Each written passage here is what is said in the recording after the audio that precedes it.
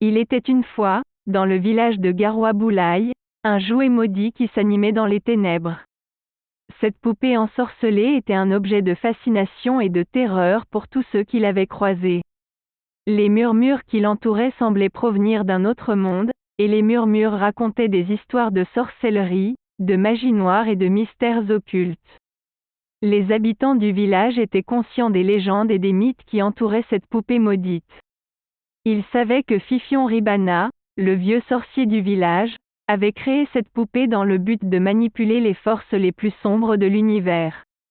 Mais personne ne savait vraiment pourquoi il avait fait cela, ni quelles étaient ses intentions réelles.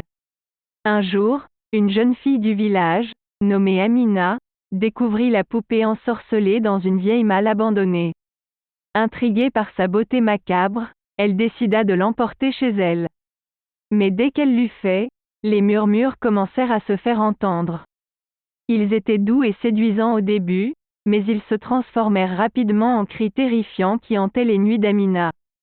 Peu à peu, Amina devint obsédée par la poupée ensorcelée. Elle ne pouvait pas s'en détacher, et la poupée semblait la hanter où qu'elle aille. Les nuits étaient les pires, car la poupée prenait vie et se déplaçait dans les ténèbres de la chambre d'Amina. Ses yeux étaient d'un rouge flamboyant, et son sourire maléfique semblait se moquer de la jeune fille. Amina commença à perdre le sommeil et sa santé se détériora rapidement.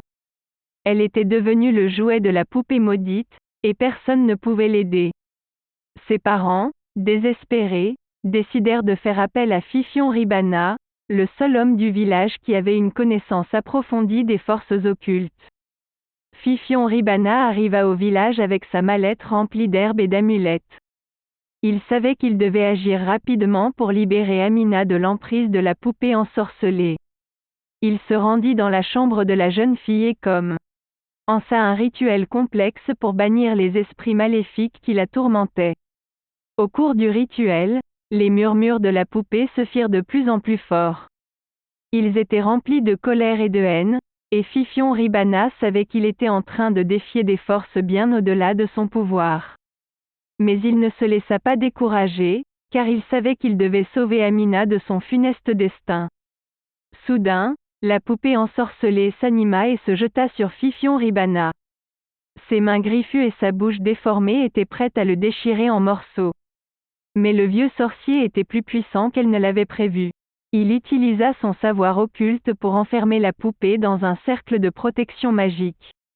La poupée maudite hurla de rage et de douleur, mais elle ne pouvait pas échapper à l'emprise de Fifion Ribana.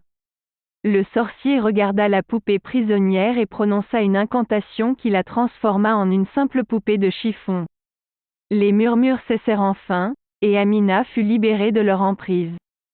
Fifion Ribana expliqua à Amina et à ses parents que la poupée ensorcelée était le résultat d'une expérience ratée de magie noire. Il avait essayé de créer une créature qui lui obéirait au doigt et à l'œil, mais il avait perdu le contrôle de ses pouvoirs. La leçon qu'il avait apprise était que la magie noire ne pouvait jamais apporter que destruction et désespoir. Les habitants du village remercièrent Fifion Ribana pour avoir sauvé Amina et ils apprirent tous une précieuse leçon ce jour-là. La magie noire et les forces occultes étaient puissantes, mais elles ne devaient jamais être utilisées à des fins égoïstes ou malveillantes. Ainsi se termine l'histoire des murmures de la poupée ensorcelée. Une histoire sombre et terrifiante qui nous rappelle que les forces les plus puissantes peuvent aussi être les plus destructrices. Ne succombez jamais à la tentation de jouer avec les ténèbres, car elles peuvent vous engloutir tout entier. N'oubliez pas de vous abonner à notre chaîne YouTube si vous ne l'avez pas déjà fait.